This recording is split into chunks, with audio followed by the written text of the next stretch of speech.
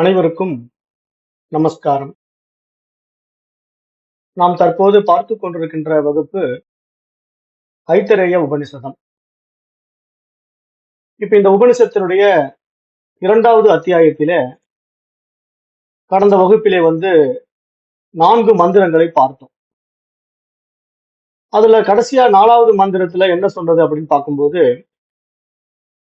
தந்தையிடமிருந்து தாயிடம் புகுந்ததுதான் மனிதனுடைய முதல் பிறப்பு. தாயிடமிருந்து உலகில் பிறந்ததுதான் 2வது பிறப்பு. அப்புறம் இந்த உடம்பிலிருந்து வெளியேறி மீண்டும் பிறப்புக்கு வருவதுதான் 3வது பிறப்பு என்பதாக நாம் பார்த்தோம். அதாவது விந்தணுவாக வந்தது முதல் பிறப்பு, தாயினுடைய கர்ப்பத்திலே வளர்ந்தது 2வது பிறப்பு, தாயினுடைய கர்ப்பத்திலிருந்து வெளியே வந்து இந்த உடலிலே வாழ்ந்து மறைகின்றது 3வது பிறப்பு. அப்படித்தான் பார்த்தோம். அப்ப இந்த பிறப்பின் சாராம்சத்தை நம்ம இப்படி தெரிந்து கொண்டோம். இப்ப இது மாதிரி பிறந்து பிறந்து இறந்து கொண்டிருக்கின்ற மனிதன் எதை அறிய முடியும், எதை அறிந்து கொள்ள வேண்டும்? இப்ப நாம அறிவு பரிமாணத்துல பயணிக்கிறோம். படிப்படியா ஒரு அறிவு தாவரத்துல இருந்து அப்படியே 6ஆம் அறிவு பரிமாணத்துக்குள்ள வந்துட்டோம். இப்ப இதெல்லாம் நம்ம படிக்கும்போது நல்லா தான் இருக்குதுங்க, ரொம்ப அறிவாளியா தான் எல்லாமே தெரியுது அப்படிங்கிற மாதிரி சொல்றோம். ஆனாலும் நம்ம என்ன பண்றோம், இந்த விஷயங்கள் எல்லாம் கேட்கும்போது எல்லாம் மாய, எல்லாம் திரைப்படம் அப்படின்னு கேட்ட உடனே மனசு ஒத்துக்க மாட்டேங்குது. எப்படிங்க, எல்லாம் இதையே தான் சொல்றீங்க, எப்ப வந்தாலும் சாமியார்களுக்கு இதே வேலை, அதாவது நம்ம வேதம் படிக்கணும்னு வந்துட்டா எல்லாம் உலகமே மாய, ஒன்றுமே இல்லை அப்படிங்கிற மாதிரி கொண்டு போயிடுறீங்க, அப்ப எப்படித்தான் இந்த பாடத்தெல்லாம் படிக்கிறது அப்படின்னு நிறைய பேருக்கு சந்தேகங்கள்லாம் வரலாம். வந்து கொண்டு இருக்குது, நிறைய பேருக்கு வந்து கொண்டு இருக்கு. ஆனா இதுல என்னன்னா, உண்மையை தானே சொல்லி ஆகணும், பொய்ய சொல்ல முடியாது இல்லையா? ஏன்னா நம்ம ஏற்கனவே சொல்லிட்டோம், சாஸ்திரம் சத்தியத்தை மட்டும்தான் பேசும், பொய்யான விஷயங்களை என்றுமே பேசாது. அப்ப இங்க நம்ம இதை வாழ்ந்து பார்க்கும்போது இதெல்லாம் திரைப்படம் அப்படின்னா, அப்ப நமக்குன்னு எந்த முடிவும் இல்லையா? இப்ப நான் இந்த மனித பிறவியில நானே சுயமாக தீர்மானிக்கக்கூடிய முடிவு எதுவும் என்னால எடுக்க முடியாதா அப்படின்னு எல்லாம் கேட்டா சாஸ்திரம் முடியாதுன்னு தான் சொல்லுது. அப்ப அப்படி பார்க்கும்போது எதுக்குங்க இப்போ இத்தனை பேர் இப்படி வாழ்றாங்க, அத்தனை பேர் அப்படி வாழ்றாங்க, அப்ப நாம எதுக்கு இந்த வேதாந்தம் எல்லாம் படிக்கணும், அப்படியே விட்டுறலாம் இல்லையானா? அப்படியும் விட முடியாது அப்படிங்கிறது. ஏன் அப்படின்னா, இதுதான் படத்துல இருக்கிற சீனு, அந்த சீனை நீங்க மாத்த முடியாது. அப்ப இந்த மாதிரி இருக்கக்கூடிய இந்த சீன்ல இப்ப நம்ம பிறப்புங்கிற ஒரு சீன் வருது இல்லையா? அப்ப அந்த பிறப்பு உண்டாவதற்கு சாஸ்திரம் இங்க என்ன சொல்லுது, ஆணும் பெண்ணும் சேர்ந்து உண்டாக்குகின்ற இனவிருத்தி என்பதே கடவுளின் ஒரு மிக புனிதமான சின்னமாகவே பார்க்கப்பட்டது அந்த காலத்துல. அதனாலதான் அந்த காலத்துல எல்லாம் பாத்தீங்கன்னா, ஹரப்பா, மொஹஞ்சதாரோ போன்ற காலங்கள் எல்லாம் கூட இந்த ஆண் குறிகளை வழிபாடு பண்ணதெல்லாம் பார்க்க முடியும். இந்த அகழ்வாராய்ச்சியில தோண்டி எடுக்கும்போது பாத்தீங்கன்னா, லிங்கம் மாதிரி வெறும் ஆண் குறி மட்டும் இருக்கும். அப்ப என்னடா இது லிங்கமான்னு கேட்டா, இல்ல, அது ஆண் குறியை தான் அந்த காலத்துல வழிபட்டு இருக்கிறார்கள். ஏனென்றால் அது ஒரு புனிதமான சின்னம் என்பதாக பார்க்கப்பட்டது. ஆனா இன்றைய மூடர்கள் என்ன பண்றாங்க, சிவலிங்கத்தை இழிவுபடுத்துகிறார்கள் அப்படின்லாம் சொல்லிட்டு இருக்காங்க. ஏன்னா இவனுக்கு சிவலிங்கம்னால என்னன்னு தெரியாது, ஆண் குறினால என்னன்னு தெரியாது, எதுவுமே தெரியாம ஆன்மீகத்தை பற்றியும் தெரிந்து கொள்ள தயாரா இல்ல, அறிவியலை பற்றும் புரிந்து கொள்ள தயாரா இல்லை இன்றைய கூட்டமெல்லாம். அவரவருக்கு தெரிந்ததை பேசிக் கொண்டிருப்பார்கள், அவ்வளவுதான். ஆனா நம்முடைய ஆதி ரிஷிகள் எல்லாமே அறிவியல் அறிஞர்கள் என்று நம்ம ஏற்கனவே பார்த்தோம். அப்ப அந்த அடிப்படையில இங்க இந்த பிறப்பின் சாராம்சத்தை ஒரு கணவனும் மனைவியும் சேர்ந்து செய்கின்ற ஒரு ஆழமான பிரார்த்தனை என்பதாகத்தான் பார்க்கப்பட்டது. அந்த பிரார்த்தனையினுடைய அடிப்படையிலே நல்லதோ கெட்டதோ அதை செய்வதற்கான ஒரு பெரும் சக்தி பெற்ற ஒரு உயிரை இந்த உலகுக்கு கொண்டு வரப்போகின்ற பிரார்த்தனை, அதுதான் ரொம்ப முக்கியம். ஏன்னா இங்க ஒரு உயிர் பிறக்க போகுது, அந்த உயிர் பிறந்து இந்த உலகத்துக்கு நல்லது செய்யுமா கெட்டது செய்யுமான்னு தெரியாது. ஆனா அது நல்லதோ கெட்டதோ செய்வதற்கான ஒரு பெரும் சக்தியாக வெளிப்பட போகின்றது, அதுதான் உண்மை. அப்ப ஏன் அது நல்லது செய்யுமா கெட்டது செய்யுமா நமக்கு தெரியாது, அதுதான் ஏற்கனவே எடுக்கப்பட்ட படம் என்று நம்ம சொல்றோம். இப்ப இந்த ஏற்கனவே எடுக்கப்பட்ட படம், இறைவனுடைய லீலா வினோதங்கள், இதெல்லாம் நம்ம பார்க்கும்போது மனசு ஏத்துக்கவே மாட்டேங்குது. அப்போ இந்த பிறப்பினுடைய அம்சத்தை பார்க்கும்போது இங்க உண்மையிலேயே மனிதன் என்ன செய்து கொண்டிருக்கின்றான், இது என்ன ஒரு வேடிக்கையா, அல்லது நரம்புகளுக்கு திருப்தி அளிக்கின்ற ஒரு செயலா, அல்லது ஒரு மிருகத்தனமான ஒரு உடலின்ப வெறியா அப்படின்னு கேட்டா, இல்லை, இல்லவே இல்லை என்று 1000 தடவை அடித்து சொல்கின்றான் இந்து என்பதாக சுவாமி விவேகானந்தர் தன்னுடைய உரைநடையில இது குறிப்பிட்டிருக்கிறார். அப்போ இங்க ஒரு சனாதன தர்மத்தின் வழியிலே வந்த சாஸ்திரத்தை நன்கு கற்றறிந்த ஞானிகள் இந்த உடலுறவோ அல்லது கருத்தரித்தலை பற்றியோ தவறாக சொல்லவே இல்லை. அது ஒரு பிரார்த்தனை என்பதாகத்தான் சொல்லி இருக்கின்றார்கள். அப்ப இங்க வாழ்க்கையினுடைய அடிப்படை அம்சங்களான இவைகளை பற்றி உரிய வேளையிலே உரிய முறைப்படி சிந்திப்பதும் கற்பதும் அதற்கான செயல்படுவதும் நல்ல சமுதாயம் உருவாக வழிவகுப்பதும் யாருடைய கையில இருக்கின்றன? நம்முடைய மகரிஷிகள் கையில இருக்கின்றன. அப்போ இங்க ஒரு மனிதன் பிறக்கின்றான் என்றால் அவனுக்கு கல்வி கொடுக்கப்பட வேண்டும். அந்த கல்வியின் அடிப்படையில் தான் அவன் ஒரு நல்ல சமுதாயத்தை உருவாக்க முடியும். அந்த நல்ல சமுதாயத்தின் அடிப்படையில் தான் இங்கு மனிதன் நல்ல வாழ்க்கையை வாழ முடியும் என்று சாஸ்திரம் சொல்லுது. அப்ப இங்க ஒரு நல்ல கல்வி என்று நம்ம பார்த்தா இங்க 2 விஷயம் தான் இருக்குது. நம்ம ஏற்கனவே இந்த சாஸ்திரத்துல பார்த்தோம். நித்திய அனித்திய வஸ்து விவேகம் அப்படின்னு பார்த்தோம். எது நித்தியமானது எது அனித்தியமானது என்று நம்ம விசாரணை செய்து பார்க்கும்போது இங்க யதார்த்தமா ஒரு விஷயம் இருக்கு பாத்தீங்களா, அதுதான் இங்க நித்தியமானது, மேலும் அது உண்மையானது. ஆனால் இந்த யதார்த்தத்திற்கு வேறாக மாறிக்கொண்டே இருக்கின்ற ஒரு விஷயம் இருக்குது பாத்தீங்களா, அதுதான் இங்கு மாயை என்று பார்க்கப்படுகிறது. அது தற்காலிகமானது. ஏன் இது தற்காலிகமானது? மாயை இருக்கிறது என்பதனால் தற்காலிகமானது. மாயை இல்லை என்று சாஸ்திரம் சொல்வதில்லை.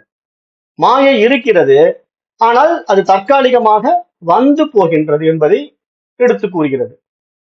அப்போ அதே சமயம் அந்த மாயை நித்தியமானதா அப்படின்னு கேட்டா இல்லை, நித்தியமானது அல்ல என்ற பொருளில் தான் அது வந்து போகின்றது என்ற அடிப்படையிலே அதை மித்தியா என்று நாம் சொல்கிறோம். அப்ப இங்க நிறைய பேர் இந்த விஷயத்தை கேட்டுட்டு ஆட்சேபனை பண்ணலாம். எப்படின்னா, இந்த வேதாந்திகளுக்கு வேற வேலையே கிடையாது.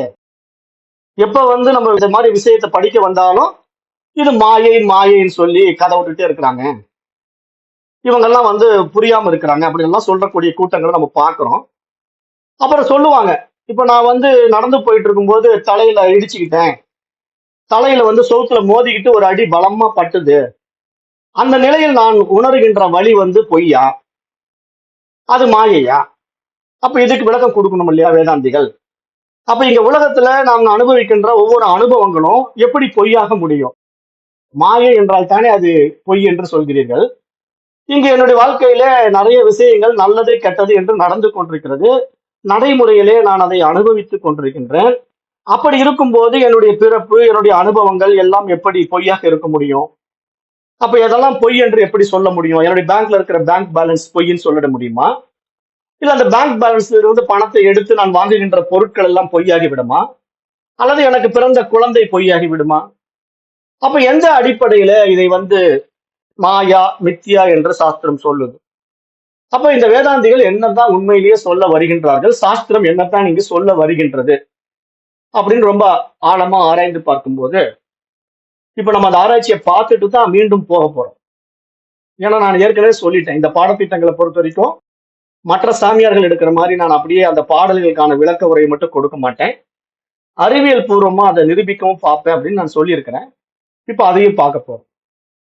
எப்படின்னு பார்த்தா, இப்ப உண்மை என்ன அப்படின்னு பாத்தீங்கன்னா, யதார்த்தமான பூரண நித்தியத்தின் வெளிச்சத்தில் இருந்து பார்த்தா இந்த உலகம் உண்மை இல்லை. இதுதான் இங்க சாஸ்திரம் சொல்ல வர்ற மிக ஆழமான சாரம். யதார்த்தமான பூரண நித்தியத்தின் வெளிச்சத்தில், பூரண நித்தியத்தின் வெளிச்சம் என்றால் இங்க என்ன புரிந்து கொள்ளணும்? தூய அறிவின் அடிப்படையிலே பார்க்கின்ற பொழுது இந்த உலகம் உண்மை இல்லை என்பது நமக்கு புரிய வரும். இப்ப நாம் அதை எப்படி தெரிந்து கொள்ளலாம்? இங்க இதெல்லாம் உண்மை இல்லை மாயை என்பதை எப்படி புரிந்து கொள்ளலாம்? ஏற்கனவே மாயைக்கு நான் ஒரு கதை சொன்னேன், நாரதருடைய கதையை உங்களுக்கு சொன்னேன். இப்ப மீண்டும் இந்த மாயையை பற்றி நம்ம அறிவியல் பூர்வமாகவும் பார்க்க போறோம். இப்ப நான் ஒரு நெருங்கிய உறவை இழந்து விட்டேன். இப்ப எனக்கு வேண்டிய ஒரு நெருக்கமான உறவு, ரொம்ப வேண்டியவங்க, அவங்கள நான் இழந்து விட்டேன். இப்ப அந்த இழந்து விட்ட அந்த அதிர்ச்சி, அந்த வருத்தம் என்னுடைய மனதை வந்து வருத்தி கொண்டே இருக்கும். எவ்வளவு நாட்கள்? ஒரு சில ஆண்டுகள். இப்ப 10 ஆண்டுகள் கழித்து பார்த்தீங்கன்னா, அது அப்படியே மறந்து போய் உண்மையாவே இருக்காது. அந்த இறப்பே வந்து நமக்கு உண்மையா நடந்த மாரியே தெரியாம மறந்து விடுவோம். 10 ஆண்டு கழிச்சு பார்த்தீங்கன்னா. அதுவே ஒரு 100 ஆண்டுகள் கழித்து பார்த்தீங்கன்னா, அதை பற்றி பேசுவதற்கு என்ன இருக்கிறது? நாமளே இருக்க மாட்டோம். அப்ப நமக்கு வேண்டிய உறவை பற்றி நான் அதிகமா நினைத்துக் கொண்டோ, பதறிக்கொண்டோ இருந்த காலங்கள் பார்த்தீங்கன்னா, என்னுடைய நடைமுறையில ஒரு சில ஆண்டுகள் தான். என்னுடைய வாழ்நாட்களிலேயே ஒரு 10 ஆண்டுகள் போய்விட்ட பிறகு அதையெல்லாம் நான் மறந்து விட்டேன். என்னுடைய வாழ்நாட்களிலேயே ஒரு 100 ஆண்டுகள் முடிந்து விட்ட பிறகு நான் உண்மையிலேயே இல்ல. நானும் இல்ல, எனக்கு அது சம்பந்தமான நினைவுகளும் இல்ல. எல்லாமே மறந்து விட்டது என்பதுதான் இங்க மாயை என்பதாக பார்க்கப்படுது. அப்ப மாயை என்பது பொய்யோ அல்லது கற்பனையோ அல்ல. ஆனால் அது உண்மையானதாக கருதப்படாததற்கு காரணம், அது நித்தியமானது அல்ல. ஏனென்றால் அது ஒரு கனவு போன்றது என்று சாஸ்திரம் சொல்லுது. அப்ப ஒரு கனவு நடக்குது. நாம் கனவை கலைந்து எழுந்த உடனே அது உண்மையானது அல்ல என்பதை நாம் நன்றாகவே புரிந்து கொள்கிறோம். அப்ப அந்த அடிப்படையில இப்ப இந்த பௌதீக சரீரத்திலே இப்ப நாம் இந்த ஸ்தூல உடலை கொண்டு வாழுகின்ற இந்த வாழ்க்கையும் அப்படி கனவு போன்றதுதான் என்று சாஸ்திரம் சொல்லுது. திரைப்படம் போன்றதுதான் என்று சாஸ்திரம் சொல்லுது. அது எடுக்கப்பட்ட படம் ஓடிக்கொண்டிருக்குதுன்னு சொல்லுது. அந்த படத்தினுடைய ஸ்கிரிப்ட் எழுதுறவர் யாருன்னா பரமன் இறைவன் என்று சொல்லுது. அந்த படத்துல நடிக்கிறதும் அவரே, படத்தை பார்ப்பதும் அவரே என்று சொல்லுது. அப்ப இதெல்லாம் பார்க்கும்போது நம்முடைய மனநிலை என்ன சொல்லுது? ஒத்துக்க மாட்டேன். இதெல்லாம் நான் ஏத்துக்கவே முடியாது. என்னுடைய அனுபவத்துல நிறைய விஷயங்கள் நேரடியாகவே நடக்கிறத நான் பார்க்கிறேன். எனக்கு விழுந்த அடி, எனக்கு விழுந்த வலி எல்லாம் உண்மையா இருக்கும்போது, நீங்க அத மாயை, மித்யா என்று சொன்னா, அது எப்படி நான் ஏத்துக்கொள்ள முடியும்? அது ஏத்துக்க முடியாது என்று மனித மனம் புலம்புது. அப்போ இங்க யதார்த்தமும் மாயையும் உண்மையில் எப்படி தெரியுமா இருக்கிறது? காலத்தால் வரையறுக்கப்பட்டிருக்கிறது. இதுதான் முக்கியமான பாயிண்ட். இங்க நாம் இந்த இடத்துக்கு வரோம், முக்கியமான இடத்துக்கு வரோம். யதார்த்தம்னா என்ன? அந்த நித்திய வஸ்துவாகிய பரமன், அந்த தூய அறிவு. காலத்துல வந்து மாயினால நாம மயங்கி கிடக்கிறோம். அதனாலதான் நம்ம என்ன பண்றோம்? அந்த நித்தியமான ஒரு வஸ்து மட்டும்தான் இருக்கிறது. மற்றொன்று தற்காலிகமானது. நாம் அதை பற்றி ஆழ்ந்து யோசித்தால் அது ஒரு அர்த்தமுள்ளதாகவே இருக்கிறது என்பது நமக்கு தெரிய வரும். அப்ப நித்தியத்தின் வெளிச்சத்தில காணப்பட்ட எதுவுமே, அதாவது நித்தியத்தின் வெளிச்சத்தில அப்படின்னா அந்த தூய அறிவு பிரகாசத்திலே காணப்படுகின்ற எதுவுமே உண்மையில் நடக்காதது போல குறுகிய கால இடைவெளியில் தான் அது வெளிப்பட்டு மறைகின்றது என்று சாஸ்திரம் சொல்லுது. அப்ப அந்த குறுகிய கால இடைவெளியில வெளிப்பட்டு அது மறைகின்ற அந்த நிலையை எப்படி சொல்லுதுன்னா, காலத்தை அளக்கின்ற அழகு அப்படின்னு சொல்லுது. அழகு அப்படின்னா ஒரு அளவீடு அப்படின்னு புரிஞ்சுக்கணும்.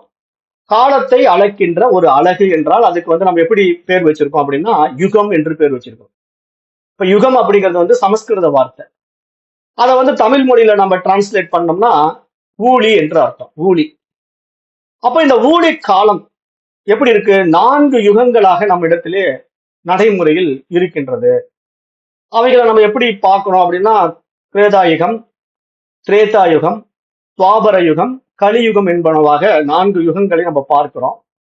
இப்ப இந்த 4 என்பதை வடமொழியில சதுர் யுகம் என்று சொல்லப்படுகிறது. அதாவது இந்த 4ம் சேர்ந்ததுனால தான் அதை நம்ம சதுர் யுகம் என்று சொல்கிறோம். அப்ப இந்த கிருதா என்றால் இந்த கிரி என்றுதான் அதுக்கு அர்த்தம். அதாவது மலை என்றுதான் அதற்கு பொருள்.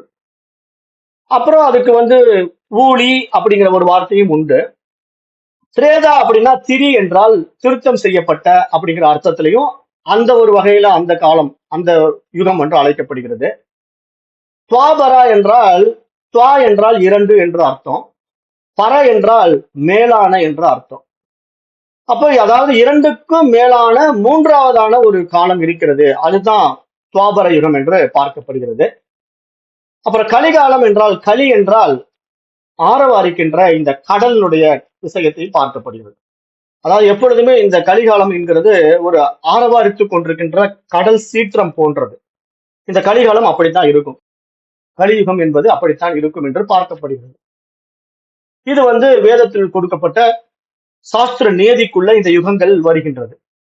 அப்ப இந்த யுகங்களை வந்து எப்படி சாஸ்திரம் பிரிக்குது அப்படின்னு பாத்தீங்கன்னா, சூரியனை மையமாக கொண்டு சூரிய சுற்றுக்களை கொண்டுதான் இங்க வந்து சாஸ்திரம் இந்த யுகங்களை பிரிக்குது. அப்ப இப்ப இந்த யுகங்களை பிரிக்கும் போது எப்படி நம்ம வந்து அளவீடுகள் எல்லாம் அளவிடுறோம் அப்படின்னா, இப்ப இந்த கண் இமைக்கின்ற நேரத்தை தான் நம்ம முதல்ல எடுத்துக்கிறோம். இப்ப கண்ணு இமைக்குது இல்லையா, வினாடியை விட குறைவாகத்தான் கண் இமைக்கும். கண் வந்து இமைந்து அந்த திறந்து மூடக்கூடிய அந்த செகண்ட்ஸ் பாத்தீங்கன்னா, நம்ம ஒரு சொடுக்கு போடுகின்ற நேரத்தை விட வேகமாக கண் இமைத்து மூடக்கூடிய நிகழ்வு நடக்கும். அது எப்படி நடக்கும்னா, ஒரு சொடுக்குல 2 தடவை கண்ணு வந்து மூடி மறையும். இதை வந்து நம்முடைய அளவீடுகளாகவே நம்ம பார்க்கிறோம். நம்முடைய தமிழ்லயே இது ஒரு அருமையான அளவீடாக வந்திருக்கிறது. அந்த அளவீடை வந்து நான் உங்களுக்கு இந்த டெலகிராம் சேனல்லயே இப்ப போடுறேன். ஏன்னா நான் சொன்னா உங்களுக்கு புரியாது. ஜஸ்ட் அதை அப்படியே பார்த்துக்குங்க. சேனலுக்குள்ள போய்க்குங்க. சேனலுக்குள்ள போனீங்கன்னா, இப்ப 2 கண்ணிமைக்கும் நேரம் எப்படின்னு ஒன்று இருக்கு இல்லையா, அந்த 2 கண்ணிமைக்கும் நேரம் வந்து ஒரு கையில ஒரு சிட்டிகை போடுகின்ற நேரம் என்று சாஸ்திரம் வரையறுத்திருக்கு. அப்ப 2 சிட்டிகை போடுகின்ற நேரத்தை வந்து ஒரு மாத்திரை என்று சொல்லுது.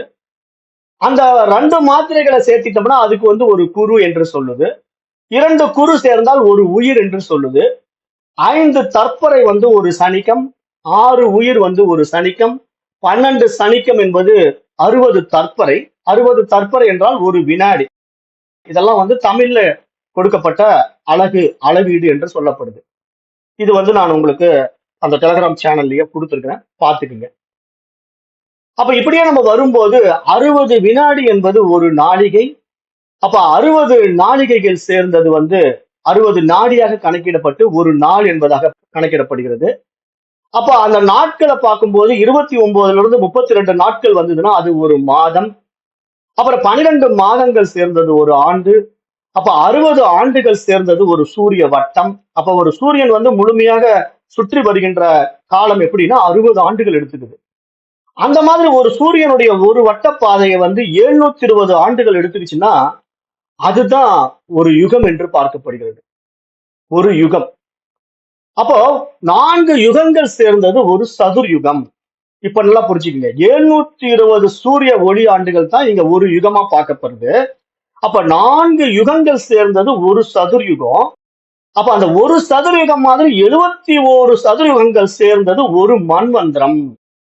அது மாதிரி 7 மன்வந்திரம் சேர்ந்தது ஒரு கற்பம்.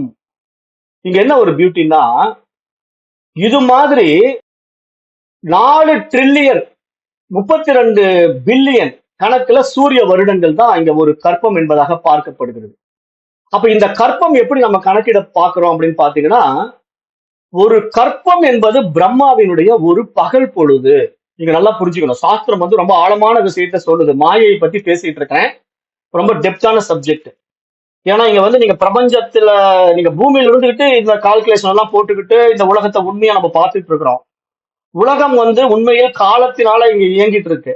காலம் கடந்ததுன்னா இங்க உலகம் இல்லை. ஏன்னா நாமளே வந்து தூங்கும் போது நம்ம இழந்துடுறோம். நம்மள காலம் இல்லாம போயிடுது. நம்ம எவ்வளவு நேரம் தூங்குறோம்னு சொல்ல முடியுமா யாராவது? கனவு காணுகின்ற நேரத்தையும் உங்களால சொல்ல முடியாது. நான் இவ்வளவு நேரம் நிம்மதியா தூங்குனேங்கிற காலத்தையும் உங்களால சொல்ல முடியாது. ஏன்னா காலத்தை நீங்க கடந்துதான் அந்த இடத்துக்கு போறீங்க. ஆனா நம்ம சாதாரணமா என்ன எடுத்துக்கிறோம், நைட் ஒரு 10 மணி நேரம் நம்ம 8 மணி நேரம் தூங்குறோங்கிற மாதிரி நம்ம ஒரு கால்குலேஷன் வச்சுக்கிறோம். ஆனா நம்ம உண்மையில் தூங்குற நேரத்தை யாராலும் சொல்ல முடியாது. அப்ப இங்க நம்ம என்ன புரிஞ்சுக்கணும், ஒரு கற்பம் அப்படிங்கிறது தான் பிரம்மாவினுடைய ஒரு பகல் பொழுது. அப்ப அது மாதிரி 2 கற்பங்கள் சேர்ந்தா 8 ட்ரில்லியன் 64 பில்லியன் கணக்குல போச்சுன்னா அதுவும் என்ன பில்லியன் கணக்குல சாதாரண ஆண்டு கிடையாது. சூரிய வருடங்கள். சூரிய வருடங்கள் என்கிறது 720 ஆண்டு. அதுதான் ஒரு யுகம். அப்ப அந்த மாதிரி பார்க்கும்போது இங்க எப்படி நம்ம புரிஞ்சுக்கணும்னா, அந்த அடிப்படையில பிரம்மாவினுடைய வாழ்க்கையை நம்ம பார்த்தோம் அப்படின்னா, நாம வாழ்ற வாழ்க்கைய பிரம்மாவோடு ஒப்பிட்டு பார்த்தா உண்மையில் நாம வந்து ஒரு நொடி கூட வாழ்வதே கிடையாது. ஒரு வினாடி கூட நம்ம வாழ்வது கிடையாது. பிரம்மாவோட கம்பேர் பண்ணும்போது பிரம்மாவுடைய வாழ்நாட்கள்ல அவருடைய ஆயுட்காலத்துல அவர் ஒரு நொடியில என்ன வேலை செய்ய முடியுமோ ஒண்ணுமே செய்ய முடியாதுல்ல. அந்த ஒரு நொடியை கூட நாம வாழ்வதில்லை இந்த மனித வாழ்க்கைய. ஆனால் நம்ம வாழ்ந்து கொண்டிருக்கின்றோம் என்று நினைத்து கொண்டிருக்கின்றோம் நீங்க சாஸ்திரம் சொல்லுது. ஒரு வினாடி கூட நம்ம வாழ்வது கிடையாது பிரம்மாவோட கம்பேர் பண்ணும்போது. அப்ப உண்மையிலே நம்முடைய வாழ்க்கை எப்படி தெரியுமா இருக்குது? நீர்க்குமிழி போன்றது நம்முடைய வாழ்க்கை.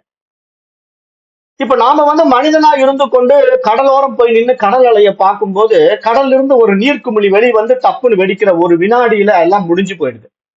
அப்ப நம்முடைய கண்கூடாகவே நீர்க்குமிழி தோன்றி மறைவதை நம்ம பார்க்கும்போது, அட இவ்வளவுதானா அதனுடைய வாழ்க்கை, வந்ததும் தெரியல போனதும் தெரியல, இதுதானா நீர்க்குமிழுடைய வாழ்க்கை என்று நாம் சொல்வது போல பிரம்மா சொல்ல முடியும் நம்முடைய வாழ்க்கையை. அப்ப நீர்க்குமிழி ஒரு வினாடியில வந்து போனத என்ன வாழ்ந்தது, என்ன சாதித்தது என்று கேட்டா ஏதாவது சொல்ல முடியுமா நம்மால? அது மாதிரி நான் இங்கு வாழ்ந்தேன், இதை சாதித்தேன் என்று யார் சொல்வது? யாராலும் சொல்ல முடியாது. ஆனால் நாம் சொல்லிக் கொண்டிருக்கின்றோம் என்பது நம்முடைய அறியாமை என்று சாஸ்திரம் சொல்லுது. அப்ப இதை நம்ம ரொம்ப எளிமையா இப்ப கணக்கிட்டு புரிந்து கொள்ளலாம். எப்படின்னு பாத்தீங்கன்னா, இப்ப மனிதனுடைய ஒரு வருடம் என்பது தேவர்களுக்கு ஒரு நாள் என்பதாக புரிந்து கொள்ளுங்க. ரொம்ப லகுவா புரியும். ஏன்னா இந்த மாதிரி ட்ரில்லியன், மில்லியன், பில்லியன் அப்படின்னு ஒரு கால்குலேஷன் போனோம்னா உங்களுக்கு அதெல்லாம் கவுண்டிங்ல போட்டோம்னா பயமா இருக்கும். எப்படி கவுண்டிங்ல போடுறோம் பாருங்க. இப்ப நான் அதையே திருப்பி சேனல்ல போடுறேன். இந்த கவுண்டிங்கை நீங்க பாத்தீங்கன்னா பயந்துக்குவீங்க. சூரிய வருடங்கள், இந்த சூரிய வருடங்கள் தான் ஒரு கற்பம். அப்ப இது மாதிரி 2 மடங்கு சேரும்.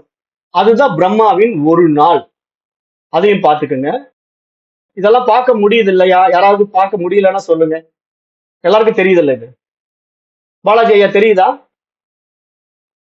தெரியுதுங்க ஐயா. அப்போ இத கால்குலேஷன் எப்படி பிரிக்க முடியும்? நம்ம இதெல்லாம் உட்காந்து எப்படி 1, 10, 100, 1000, 10,000, லட்சம், கோடின்னு கால்குலேட்டர் போட்டு உட்கார்ந்து இருக்க முடியுமான்னா, சாதாரண ஆண்டுகள் கிடையாது, சூரிய ஆண்டுகள். அதை நல்லா புரிஞ்சுக்கணும். சூரிய ஆண்டு நம்ம மேல தூக்கி பார்த்தோம்னா என்ன, 60 ஆண்டு ஒரு சூரிய வட்டம், 720 ஆண்டு ஒரு சூரிய வட்டம், ஒரு யுகம் என்று சொல்லுது சாஸ்திரம். அப்ப அந்த அடிப்படையில நாம இங்க இதை பார்க்கும்போது என்ன புரிஞ்சுக்கணும்னா, நடைமுறையில எளிமையா பார்த்துடலாம். இப்போ ஒரு நாள் என்பது தேவர்களுக்கு, தேவர்கள்னா இப்ப நம்ம அவங்க பூமியில் இல்ல, அவங்க வானவெளியில் இருக்கிறாங்க அப்படின்னு கற்பனை பண்ணிக்கோங்க. வானவெளியில தேவர்கள் இருக்கிறார்கள். தேவர்கள்னா யாரு தெரியுமா? பஞ்சபூதங்கள் நான் ஏற்கனவே சொல்லிட்டேன். அந்த பஞ்சபூதங்கள் அடிப்படையில, இயற்கையின் அடிப்படையில இங்க நாம் வாழுகின்ற இந்த பூமியில ஒரு வருட வாழ்க்கை பஞ்சபூதங்களுடைய வாழ்க்கையில தேவர்களுக்கு ஒரு நாள் தான். அப்போ இங்க 4 யுகங்கள் அப்படின்னு நீங்க கணக்கு எடுத்துக்கிட்டீங்கன்னா, இப்ப நம்மளுடைய வாழ்நாளையே இப்படியே கணக்கு போடுவோமே, 360 நாட்கள் நம்முடைய வாழ்க்கையில கழிந்தால்தான் மனித வருடங்கள் தான் தேவர்களுக்கு ஒரு நாள் தான். அப்ப தேவர்களுக்கு ஒரு நாள் எப்படின்னா, நமக்கு 360 நாட்கள் முடியணும் நம்முடைய வாழ்நாள்ல. அப்ப அதனாலதான் நம்ம இறந்தவர்களுக்கெல்லாம் சிரார்த்தம் செய்யறோம் இல்லையா? ஒரு வருஷம் கழிச்சு சிரார்த்தம் பண்றோம்.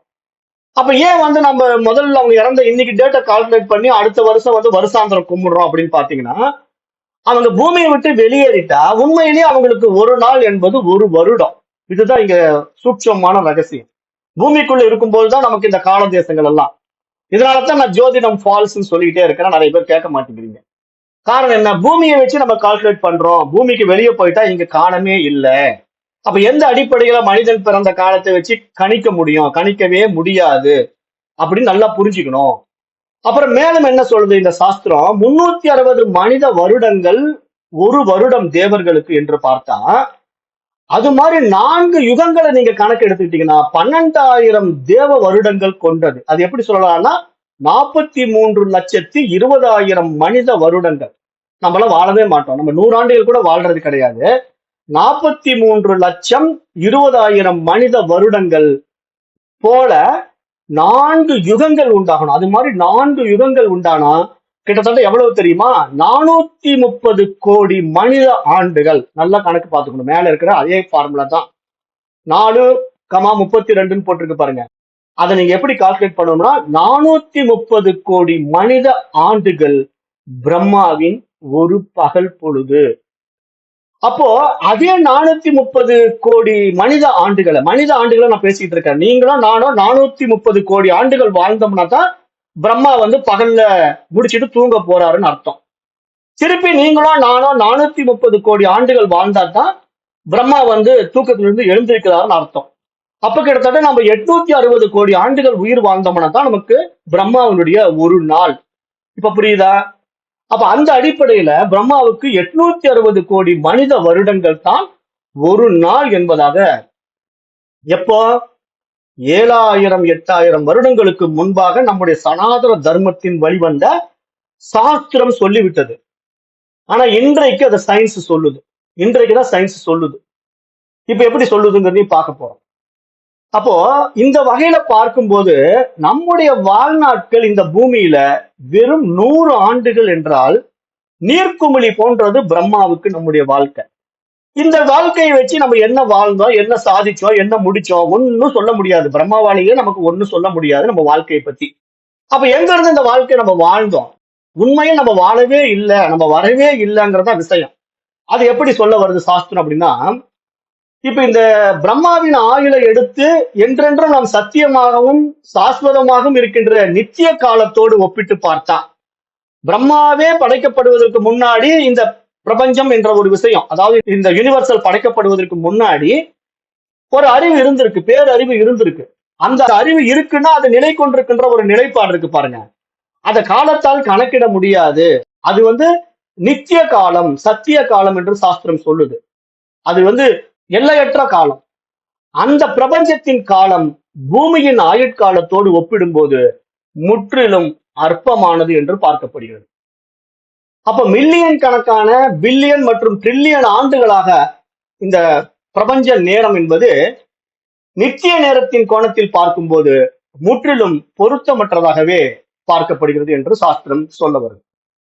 அப்போ நித்தியத்தின் வெளிச்சத்திலே, நித்தியம் நித்தியம் என்று நான் இங்க சொல்வது அந்த தூய அறிவாகிய ஆன்மா பரமனை பத்தி பேசிக்கிட்டு இருக்கிறேன். ஏன்னா அவர் தான் நித்திய வஸ்து.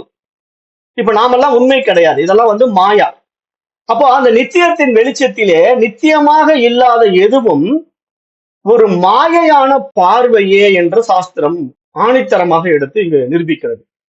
ஆகவே ஆரம்பமும் முடிவும் உள்ள எதையும் மாயை என்றுதான் கூற வேண்டும் என்று சாஸ்திரம் இங்கு எடுத்து கூற வருகின்றது. அப்ப எதற்கெல்லாம் தொடக்கமும் முடிவும் இருக்கின்றதோ, எதையெல்லாம் காலத்துக்கும் தேசத்துக்குள்ளும் கட்டுப்படுகின்றதோ அவைகள் எல்லாம் மாயை. எப்பொழுது காலத்துக்கும் தேசத்துக்கும் கட்டுப்படாததாக நித்தியமாக ஒன்று இருக்கிறதோ அதுவே பிரம்மம் என்று சாஸ்திரம் எடுத்து சொல்கிறது. அப்ப நித்தியமான ஒன்று மட்டும்தான் இங்கு உண்மையானது. அப்ப அப்படி பார்க்கும்போது இப்ப நிறைய பேர் கேட்கலாம், அந்த நிலைத்திருக்கின்ற அந்த நித்திய வஸ்துவை பற்றி எந்த ஒரு அனுபவம் நமக்கு இல்லையா அப்படின்னு கேட்டா, இப்ப நம்ம என்ன புரிஞ்சுக்கணும் இந்த இடத்துல? அனுபவம் இல்லை என்று சொல்லவே இல்லை சாஸ்திரம். இங்க நாமே அதுவாத்தான் இருக்கிறோங்கிறத ப்ரூவ் பண்ண போகுது. எப்படின்னா, இப்ப நாம் நம்முடைய சுயத்துக்குள்ள வரணும். அப்பதான் நம்ம யாருன்னு தெரியும். ஏன்னா நம்ம மாயையில மாட்டிக்கிட்டு இந்த உடலை நானாகவும் இந்த மனதை நானாகவும் இந்த உலகத்தை உண்மையாகவும் பார்த்து கொண்டிருக்கிற வரைக்கும் நாம் இந்த கால தேசத்துக்கு கட்டுப்பட்டவர்களாக இருப்பதினால, இந்த காலம் கடந்து நம்மளுக்கால வெளியே போக முடியாத ஒரு அவல நிலையில நம்ம இருப்பதினால நமக்கு இந்த உண்மை புரியல. இப்ப இந்த உண்மையை சயின்ஸ் ஒத்துக்குது. சயின்ஸ் இதை ஒத்துக்கிட்டு என்ன சொல்லுதுன்னா, இப்ப நம்ம சயின்டிபிக்கலா பார்க்க போறோம். இப்போ உயிர் உடல் மனம் எல்லாமே தற்காலிகமானது என்றுதான் சாஸ்திரமும் சொல்லுது, சயின்ஸும் சொல்லுது. நம்ம சாஸ்திரம் இதை மாயை அப்படின்னு சொல்லுது. இப்போ நாம இந்த பூமியில இப்போ நீங்க இந்தியாவில இருக்கீங்க, சிலர் வெளிநாட்டுல இருக்கலாம். இப்போ இந்தியாவில நம்ம பலரும் பல்வேறு பகுதிகளில் உட்காந்துருக்கிறோம், ஒவ்வொருத்தரும் ஒவ்வொரு ஊர்ல இருக்கோம். இப்போ நம்ம என்ன பண்ணுவோம், அந்த ஊரெல்லாம் எடுத்துக்க வேண்டாம், இப்போ பூமியே எடுத்துக்குவோம். இப்போ நம்ம பூமிங்கிற ஒரு பூமி பந்துல இருக்கிறோம். இப்போ இந்த பூமி பந்துல நம்ம இங்க இருந்துகிட்டு சூரியனுக்கு பக்கத்துல இருக்கக்கூடிய ஒரு நட்சத்திரத்தை பார்க்கலாம். விண்வெளி, அதாவது தொலைநோக்கி கருவியை வச்சுக்கிட்டு ஒரு டெலஸ்கோப் வச்சு அந்த நட்சத்திரம் ஆல்பா சென்ட்ரி அப்படின்னு பேர். அதாவது பூமிக்கு பக்கத்துல, சூரியனுக்கு பக்கத்துல இருக்குது. பூமிக்கு ஒரு 4.5 ஒளியாண்டுகள் தூரத்துல இருக்குது. இதை நீங்க கூகுள்ல போட்டா தெரியும், ஆல்பா சென்ட்ரி அப்படின்னு நட்சத்திரம், ஒரு ஸ்டார் இருக்கு. அந்த நட்சத்திரத்தினுடைய ஒளி இப்போ இங்க இருந்து இங்க பாக்குறீங்க, நீங்க அங்க உங்க ஊர்ல இருந்து நீங்க பாக்குறீங்க, நான் இங்க இருந்து பாக்குறேன். நம்ம எல்லாருமே ஆளுக்கு ஒரு டெலஸ்கோப் வச்சிருக்கோம். அந்த டெலஸ்கோப் வழியா அந்த ஆல்பா சென்டாரி பாக்குறீங்க, நானும் இங்க இருந்து அந்த ஆல்பா சென்டாரி பாக்குறேன். இப்போ 2 பேருக்குமே தெரியுது. ஆனா உண்மையில நம்ம பாக்குற அந்த நட்சத்திரோடைய ஒளி இருக்கு பாத்தீங்க, அந்த ஆல்பா சென்டாருடைய லைட்டை நம்ம பாக்குறோம் இல்லையா, ஒளிய, அந்த ஒளி நம்ம கண்ணுக்கு தெரியறது எத்தனை ஆண்டுகள் தூரத்துல இருக்குங்கிறத சயின்ஸ் சொல்லுது. 4.3 லைட் இயர்ஸ் அப்படின்னு சொல்லுது. 4.3 லைட் இயர்ஸ் ஃப்ரம் எர்த். பூமியிலிருந்து 4.5 ஒளி ஆண்டுகள் தூரத்திலே அந்த நட்சத்திரம் இருக்கிறது என்று சொல்லுது. அப்போ நம்ம 4.5 ஒளி ஆண்டுகள் அப்படிங்கிறத எடுத்துக்கிட்டோம்னா இப்போ ஒரு 4.5 வருஷமா வச்சுக்கோங்களேன், புரியுற மாதிரி உங்களுக்கு 4.5 ஒளியாண்டுகள்னா அந்த ஒளியாண்டுகள் எப்படிங்க என்னங்கிற மாதிரி எல்லாம் குழப்பம் வரும். இப்போ ஒளியாண்டு என்பது ஒரு ஆண்டில் வந்து இந்த ஒளி பயணம் பண்ணக்கூடிய தூரத்தை நம்ம கணக்கிடுறோம். சயின்ஸ் வந்து அப்படிதான் கணக்கிடுது. அதாவது ஒளி வந்து பயணிக்கக்கூடிய தூரத்தை வந்து ஒளியாண்டு என்று சொல்லுது. அதை வானியல் அலகு என்று தமிழ்ல நம்ம சொல்றோம். அது விண்மீன்களுக்கும் இந்த பூமிக்கும் இடையே உள்ள தூரத்தை அளவிடுவதற்கான ஒரு அளவீடை நம்ம வந்து ஒளியில தான் அளவிட முடியும். அப்போ ஒளியாண்டு அப்படிங்கிற தூரத்தை நம்ம கால்குலேட் பண்ணும்போது ஒரு ஒளியாண்டினுடைய தூரம் பாத்தீங்கன்னா நம்ம கிலோமீட்டர்ல பார்த்தோம் அப்படின்னா 9,46,000 கோடி கிலோமீட்டர். சாதாரண கிலோமீட்டர்ல 9,46,000 கோடி கிலோமீட்டர் தூரத்துல அந்த ஆல்பா சென்டாரி அப்படிங்கிற ஸ்டார் இருக்கு. இப்ப அதை நாம இங்க இருந்து பாக்குறோம். 9,46,000 கோடி கிலோமீட்டர் தூரத்துல இருக்கிற அந்த ஒளியை நம்ம பார்த்துட்டு இருக்கோம், நீங்க நானெல்லாம். அப்ப உண்மையிலே நாங்க பாக்குற ஒளி இப்ப வர்ற ஒளியான்னு கேட்டா சயின்ஸ் என்ன சொல்லுது, 4.5 வருஷத்துக்கு முன்னாடி கிளம்பிச்சுங்க அந்த ஒளி. இப்ப உங்க கண்ணுக்கு தெரியுதுங்க. இப்ப நீங்க உங்க கண்ணுல பாக்குற அந்த லைட் வந்து 4.5 வருஷத்துக்கு முன்னாடி வெளிப்பட்ட வெளிச்சம் என்று சொல்லும் போது உங்களுக்கு எவ்வளவு ஆச்சரியமா இருக்கு.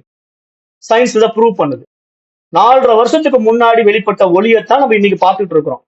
இன்றைக்கு நீங்க நானெல்லாம் டெலஸ்கோப்ல அந்த ஒளியை வந்து ஆல்பா சென்டாரினுடைய லைட்டை பார்த்துட்டு அந்த நட்சத்திரம் வந்து வெளிச்சமா இருக்குதே அப்படின்னு நம்ம பார்க்கிற அந்த வெளிச்சம் 4.5 வருஷத்துக்கு முன்னாடி வெளிக்கிளம்புன வெளிச்சம். இது புரியுதா உங்களுக்கு? இப்ப அப்படியே ரிவர்ஸ் வந்துருங்க. இப்போ 4.5 வருஷத்துக்கு முன்னாடி இருக்கிற அந்த இடத்துக்கு இப்ப நீங்களும் நானும் டைம் டிராவலருங்கிற ஒரு மெஷின்ல இப்ப உடனே கிளம்புறோம். வித்தின் செகண்ட் நம்ம வந்து அங்க போயிட்டோம். வித்தின் செகண்ட் வந்து நம்ம இப்போ ஆல்பா சென்டாரிக்கு போயிட்டோம். ஏன்னா டைம் டிராவலர் மெஷின் வந்து ஒளியாண்டுகளை கடந்து அவ்வளவு வேகமா போகுது. இப்போ 4.5 வருஷத்துக்கு முன்னாடி நம்ம போயிட்டோம். எங்க ஆல்பா சென்டாரியில இப்ப இருக்கிறோம் நீங்க நானெல்லாம். இப்ப நீங்க நானெல்லாம் இன்றைக்கு 15/11/2024 ஆல்பா சென்டாரியில இருந்துகிட்டு இந்த பூமியை பார்க்கிறோம். இப்ப இந்த பூமியை பாத்தீங்கன்னா பூமியில என்ன தெரியுமா நடந்துகிட்டு இருக்கோம்? 4.5 வருஷத்துக்கு முன்னாடி வந்து கொரோனா வந்துச்சுல்ல 2019. அந்த கொரோனாவுல உலக நாடுகள் பூரா அல்லல் பட்டதில்ல, எல்லாம் ஆளாளுக்கு லாக்டவுன் பண்ணிட்டு வீட்டுக்குள்ள உட்கார்ந்து இருந்தோம்ல, அந்த நிகழ்வை பார்க்கலாம். நீங்க நானெல்லாம் அதை பார்த்துக்கிட்டு இருக்கலாம். அங்க போய் 4.5 வருஷத்துக்கு முன்னாடி நடந்த நிகழ்வை இன்னைக்கு பார்க்கலாம். 15/11/2024 2019 நடந்த கொரோனாவை நம்ம பார்க்க முடியும்.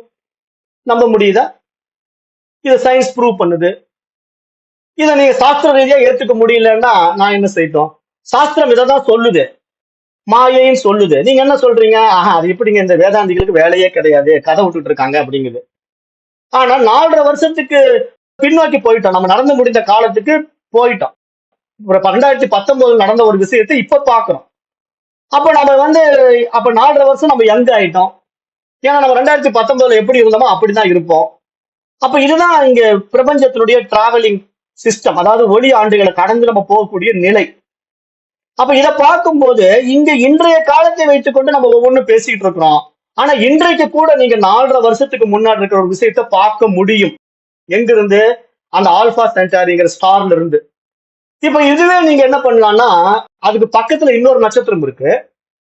அந்த நட்சத்திரத்துடைய ஒளியை இங்கிருந்து பூமியில இருந்து பார்த்துட்டீங்க.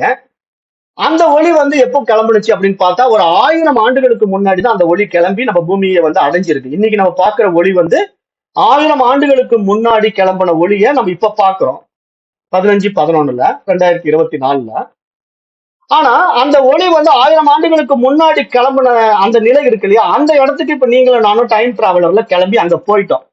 அப்ப 1000 வருஷத்துக்கு முன்னாடி நம்ம அங்க போயிட்டோம்னா நம்ம பூமியில என்ன தெரியுமா பார்க்கலாம்? தஞ்சை பெரிய கோவில வந்து ராஜராஜ சோழன் தஞ்சாவூர்ல கும்பாபிஷேகம் பண்ணதை பார்க்கலாம். இப்ப இன்னைக்கு டேட்ல பாத்தீங்கன்னா, இன்னைக்கு டேட்ல போய் நீங்க அந்த நட்சத்திரத்துல உட்காந்துக்கிட்டீங்கன்னா 1000 வருடம் முன்பு நடந்த பிரகதீஸ்வர ஆலயத்தை கட்டி கும்பாபிஷேகம் செய்த ராஜராஜ சோழனை பார்க்கலாம்.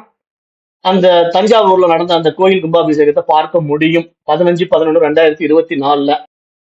டைம் டிராவலிங் மெஷின் வேணும். அப்ப இதெல்லாம் உண்மைதானேன்னா சத்தியம். ஆனால் இந்த சத்திய சாத்தியத்தை சயின்ஸ் ஒத்துக்குதா இல்லையா? அப்படி இருக்கும்போது நீங்க மட்டும் இதெல்லாம் உண்மை இல்லைன்னு எப்படி சொல்ல முடியும்? இந்த வேதாந்திகள் பொய் சொல்றாங்கன்னு எப்படி சொல்ல முடியும்? அப்ப சயின்ஸ் ரீதியா சொன்னா நம்ம ஏத்துக்குவோம், சாஸ்திர ரீதியா சொன்னா ஏத்துக்க மாட்டோங்கிறது என்ன பிரச்சனைனா மனசு தான் பிரச்சனை.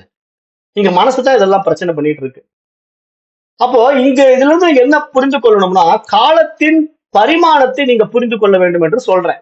காலம் வந்து எப்படி ஒரு பரிமாணத்துல பயணிக்குது, அந்த காலத்தினுடைய பரிமாணம் என்பது நம்ம 1000 ஆண்டுகளுக்கு முன்னோக்கி கூட போக முடியும். ஆனா நாம பூமியிலிருந்து பார்த்தா அது தெரியாது. பூமிக்கு மேல நம்ம பயணம் பண்ணணும். அப்ப மரணம் என்பதும் அப்படித்தான். இந்த உடலை விட்டு விட்டு இந்த உயிர் வெளியேறி விட்டா, இந்த உலகம் என்ற ஒரு விஷயம் இன்று இருந்த நிலையில் இல்லை என்னும் போது, இங்க என்ன கதை விட்டுட்டு இருக்கிறோம்? அவர் அப்படியே உடல்ல இருந்து வெளியே வந்தாராமா, அந்த வெளியே வந்து அப்படியே படுத்துக்கிட்டு இருக்கிற பாடியை பார்த்தாராமா, பக்கத்துல எல்லாம் அழுதுகிட்டு இருக்கிறத பார்த்தாராமா, அப்புறம் அவங்க சொந்தக்காரங்க எல்லாம் அப்படியே தேம்பி தேம்பி அழுந்ததெல்லாம் பார்த்துட்டு இவர் பயணம் பண்றாருன்னா, எல்லாம் வந்து ஆங்கில எழுத்தாளர்கள் வந்து ஒரு நாவல் எழுதுறான். நல்லா பணம் சம்பாதிக்கிறதுக்கு கதை விட்டுக்கிட்டு இருக்கிறான் அப்படின்னு நல்லா புரிஞ்சுக்குங்க. சயின்ஸ் இதெல்லாம் ஒத்துக்கிறது கிடையாது. சயின்ஸ் வந்து இந்த மாதிரி விஷயங்கள் எல்லாம் ஏத்துக்கிறதே கிடையாது.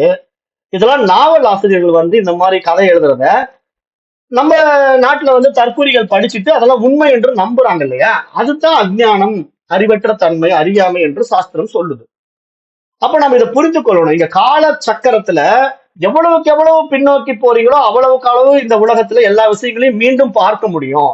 1947க்கும் போக முடியும், மகாத்மா காந்தியும் பார்க்க முடியும். ஆனா பூமியிலிருந்து பார்க்க முடியாது. அப்ப ஏன் இதெல்லாம் சாத்தியக்கூறுகள் இருக்கு? ஒளி ஆண்டுகள் வந்து இவ்வளவு தூரத்துல பயணம் பண்றதுலயே இவ்வளவு விஷயங்கள் இருக்கு அப்படின்னா, அப்ப நம்ம இந்த பூமியில இருந்து கொண்டு நம்ம எதை ஆராய வேண்டும்? உண்மையில என்ன செய்ய வேண்டும்? எப்போதோ ஒரு காலத்தில் இந்த பிரபஞ்சம் தோன்றியதாக நாம் எண்ணிக்கொண்டிருக்கின்றோம். ஆனால் அந்த காலத்திற்கு முன்பு கூட இப்பிரபஞ்சம் என்னவாக இருந்தது என்ற ஒரு கேள்வி கூட நமக்கு எழுந்திருக்கலாம். ஆனா ஒரு உண்மையை இங்கு நாம் நினைவில் வைத்துக் கொள்ள வேண்டும் என்று சாஸ்திரம் சொல்லுது. என்ன சொல்லுது அப்படின்னா, காலமும் இந்த இடமும் பிரபஞ்சத்தில் தான் இருக்கிறது. ஆனால் பிரபஞ்சம் காலத்திற்குள் இல்லை என்று இங்கு சாஸ்திரம் ஆணித்தரமாக அறிவுறுத்துகிறது. அப்ப இங்க காலமும் தேசமும் பிரபஞ்சத்திற்குள்ளே இருக்கிறது. ஆனால் இந்த பிரபஞ்சமோ காலத்திலே இல்லை, காலத்திற்குள் இல்லை. அப்ப பிரபஞ்சத்துக்கு வெளியே என்று ஏதாவது ஒரு இடம் இருக்கிறதா? அப்ப இந்த பிரபஞ்சம் என்ற ஒரு விஷயத்துக்கு மேல இன்னும் ஏதாவது இருக்கிறதா? அல்லது பிரபஞ்சத்திற்கு முன்போ அல்லது இந்த பிரபஞ்சம் மறைவதற்கு பின்போ ஏதாவது காலம் இருக்கான்னா, அங்க காலமும் இல்லை, இடமும் இல்லை. இந்த பிரபஞ்சம் எப்பொழுது தோன்றியதோ அந்த தோற்றத்திற்கு பிறகே இங்க காலமும் இடமும் உண்டாகின. அப்ப இந்த பிரபஞ்சம் விரிந்து கொண்டே இருக்கின்றது என்று நம்ம பார்க்கும்போது, இப்ப இந்த விரிவு எப்படி உண்டானது அப்படிங்கிற ஒரு கேள்வி நம்ம இடத்துல வந்தா, இப்ப இந்த பிரபஞ்சத்துக்கு வெளியே இடமே கிடையாது, அப்ப எப்படி இது விரியும்? இப்ப விரித்து கொண்டே இருக்கிறது அப்படின்னா, அப்ப பிரபஞ்சத்துக்கு வெளியே ஏதேனும் ஒரு இடம் இருக்கிறதா? அப்படி ஒரு இடம் இருந்தால் தானே பிரபஞ்சம் விரிய முடியும் அப்படின்னு பார்த்தா, உண்மையில் வந்து இந்த காலத்தினுடைய அளவை நம்ம வந்து சூரியனில் இருந்து கணக்கீடு செய்வதை வைத்துக்கொண்டு, அந்த சூரிய ஒளி வந்து பூமிக்கு வருகின்ற அந்த தொலைவு, அந்த தூரத்தை நம்ம கணக்கீடு செய்து அதன் அடிப்படையில் தான் இங்க நம்ம காலத்தை விரிகின்றது என்று சொல்கிறோமே தவிர, அந்த அடிப்படையில் தான் இந்த பிரபஞ்சம் விரிகின்றது என்று சொல்கிறோமே தவிர, உண்மையில் இந்த பிரபஞ்சம் நாம் நினைத்துக் கொண்டிருப்பது போல விரிவதில்லை. நல்லா புரிஞ்சுக்கணும். காலத்தின் அடிப்படையில் இந்த பிரபஞ்சம் விரியுது. ஆனா நாம என்ன நினைச்சிட்டு இருக்கோம்? ஏதோ பலூன் மாதிரி ஊதுனா அப்படியே பெருசாயிட்டே இருக்குமே, அந்த மாதிரி பிரபஞ்சம் விரியுதா அப்படின்னா அப்படி விரியல. இங்க டைம் தான் அந்த மாதிரி ஒரு விரிவை உண்டாக்கிக்குதுன்னு சொல்லுது சாஸ்திரம். அப்ப அப்படி பார்க்கும்போது இந்த டைம் உண்மையிலேயே இருக்கா அப்படின்னு கேட்டா, இங்கதான் சாஸ்திரம் அருமையா சொல்லுது, இந்த டைம் ஆல்சோ மாயா. இங்க காலமே உண்மையில் கிடையாது, இதுதான் மாயா. இதை வந்து நம்மளால ஏத்துக்கவே முடியாது. ஏன்னா நம்ம வந்து வாழ்ந்து கொண்டிருக்கின்றேன், அனுபவித்துக் கொண்டிருக்கின்றேன், நடந்து போகும்போது மண்டையில் அடிபட்டு அந்த வலியை உணர்கின்றேன். இவ்வளவு விஷயங்களும் நான் உண்மையாக இருப்பதை வைத்துக் கொண்டு நீங்கள் இல்லை இது மாயை என்று சொன்னால் என்னால் ஏற்றுக்கொள்ள முடியவில்லை என்று மனசு அங்கலாய்க்குது, ஒப்புக்கொள்ள மறுக்குது. ஏன் இதற்கு காரணம் அப்படின்னு ஆராய்ந்து பார்த்தா, நம்ம மனித பரிமாணத்துக்கு வந்தோம் இல்லையா, படிப்படியா நம்ம பயணம் பண்ணி டிராவல் பண்ண பார்த்து வந்து நான் ஏற்கனவே உங்களுக்கு சொல்லிட்டேன். இந்த டிராவலிங் பார்த்து நம்ம எப்படி பயணம் பண்ணணும் அப்படின்னா, ஒரு அறிவு தாவரத்துல தொடங்கி 6 அறிவு மனிதன் வரைக்கும் வந்தோம் அப்படிங்கிறத நான் எல்லாத்துலயும் பேசுவேன். ஏன் ஒண்ணு விடாம இதை பேசிக்கிட்டே இருக்கிறேன் அப்படின்னா, இங்க நம்ம டிராவல் பண்ணி வந்த பாத்தை பாத்தீங்கன்னா, இப்ப நம்ம 3 டைமென்ஷனுக்குள்ள வந்துட்டோம்னு கடந்த பாடத்துல நான் சொன்னேன். 3D அப்படிங்கிற ஒரு விஷயம் வந்து நம்ம இங்க மனிதனா வந்த பிறகுதான் நமக்கு தெரிய ஆரம்பித்தது. வேற எந்த ஜீவராசிகளுக்கும் 3D தெரியாது, 3 டைமென்ஷன் தெரியாதுன்னு நான் சொல்லியிருக்கிறேன்.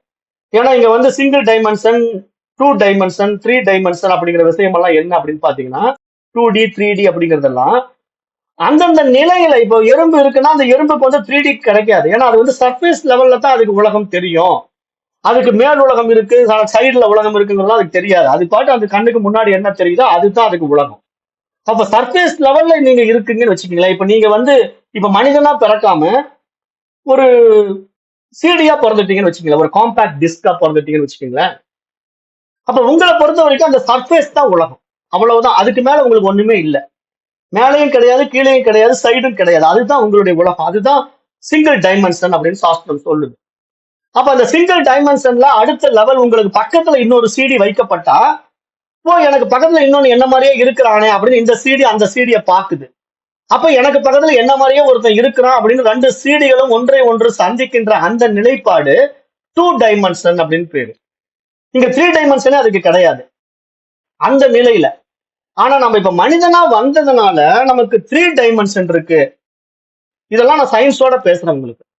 அப்ப 3 டைமென்ஷன் என்னன்னு கேட்டா, இப்ப நான் வந்து நின்றுகிட்டு இருக்கிறேன்னா என்ன நீங்க முன்னாடியும் பார்க்கலாம், பின்னாடியும் பார்க்கலாம், சைட்லயும் பார்க்கலாம், மேலையும் பார்க்கலாம், கீழையும் பார்க்கலாம்.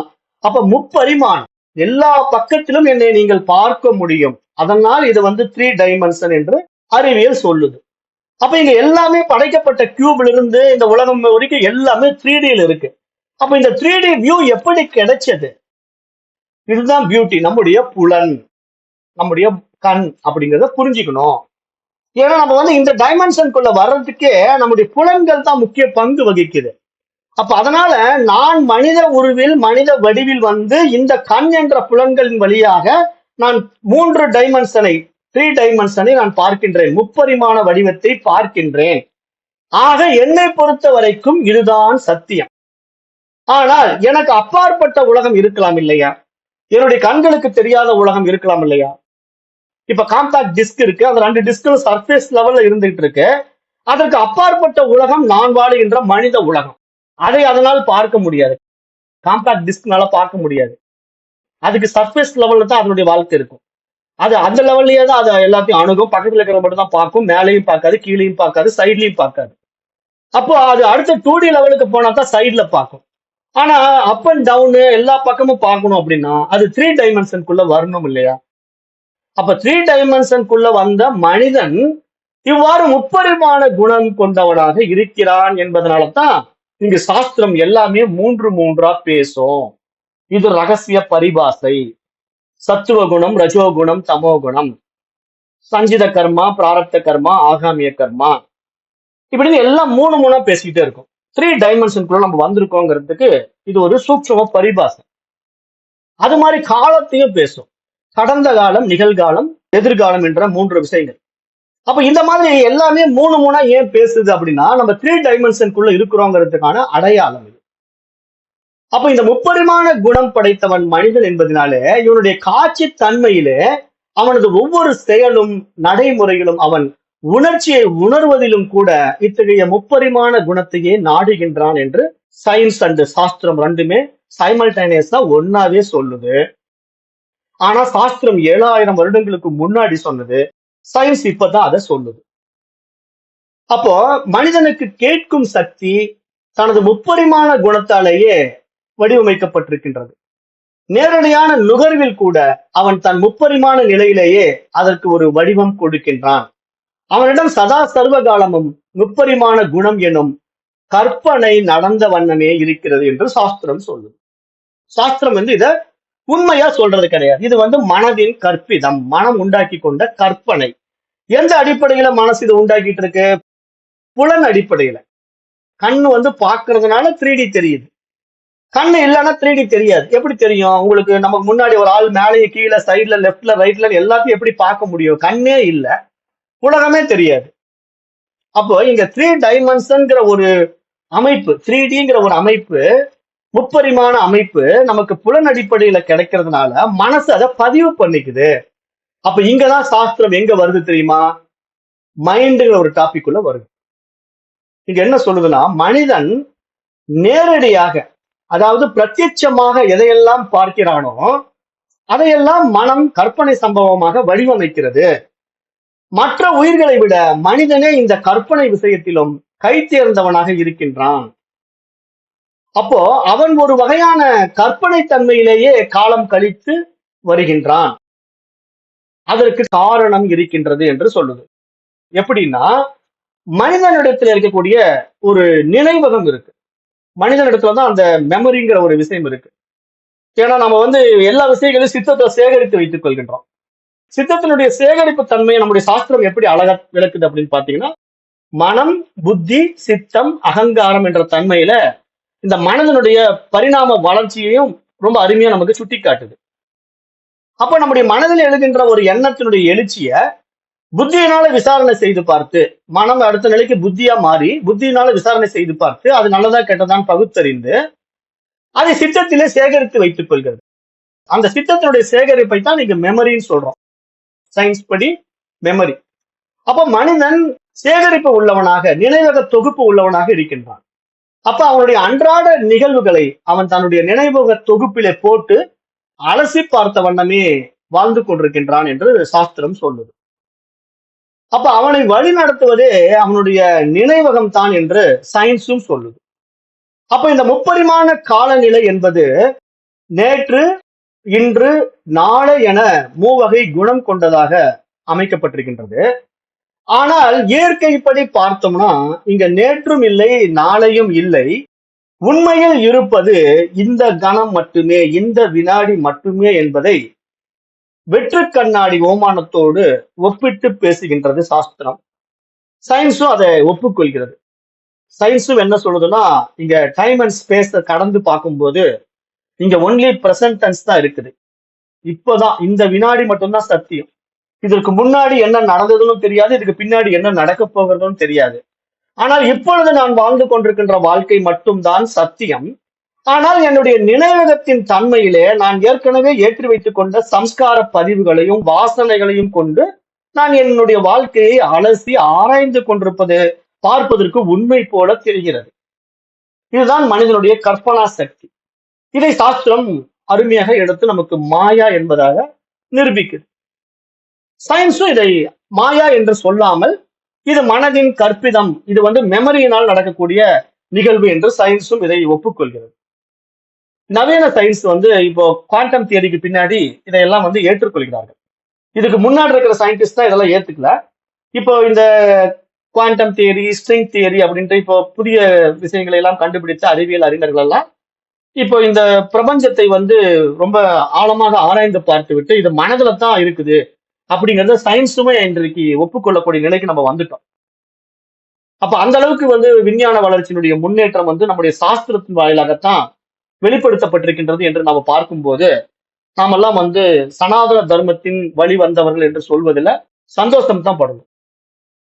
அப்ப இங்க முப்பரிமாண குணங்களின் கற்பனைகள் நேற்று, இன்று, நாளை என்னும் ஒரு வகையான கற்பனையான காலத்தில் தான் இயங்கிக் கொண்டிருக்கின்றது.